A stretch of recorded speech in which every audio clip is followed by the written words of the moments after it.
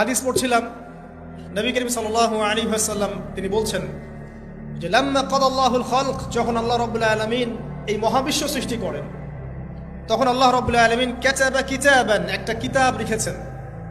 একটা কিতাব আছে আল্লাহর কাছে, কাতাবা কিতাবান ফাহুয়া ইনদাহু ফাওকাল আরশ, যেই কিতাবটা আল্লাহর নিজের কাছে আছে আরশের উপরে। সেখানে আল্লাহ পাক লিখে রেখেছেন, কি লিখেছেন? ইন্না রাহমাতি সাবাকাত গদাবি, প্রতিটা ক্ষেত্রেই আমার রহমত, আমার দয়া, আমার করুণা আমার গজবকে পরাজিত করেছে। মানে আল্লাহ রাব্বুল আলামিনের গজব এর উপরে আল্লাহ পাকের রহমত অবস্থান করছে। জীবনের কোনো ক্ষেত্রে হতাশ হওয়ার কোনো সুযোগ নাই। আজকে পারিবারিক ভাঙন বলেন, ব্যক্তি পর্যায়ের আত্মিক ধ্বংসই বলেন, সমাজের বিপর্যয় বলেন, যাই বলেন, পিছনে একটা বড় কারণ আছে। সেটা হলো আল্লাহ থেকে দূরে থাকা মানুষ, আল্লাহ থেকে হতাশ হয়ে যাওয়া।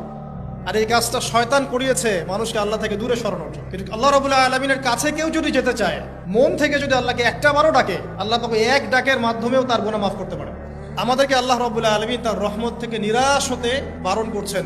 যে যত পাপ করেছে জীবনে, যদি একটা বার কেউ যদি আল্লাহ পাককে মন থেকে ডাকে, চোখ দিয়ে ঝরঝর করে পানি পড়ে, আল্লাহ পাককে বলে, সেজদায় গিয়ে পড়ে আল্লাহকে বলে রব্বিক ফিরলি, আল্লাহ আমাকে মাফ করে দাও, তার মনের মধ্যে যদি সততা থাকে, মন থেকে যদি সেই কথাটা বলে থাকে, আল্লাহ পাক শুধু তাকে ক্ষমাই করবেন না, তার সমস্ত গুনাহগুলোকে আল্লাহ নেকি দিয়ে পরিবর্তন করবেন।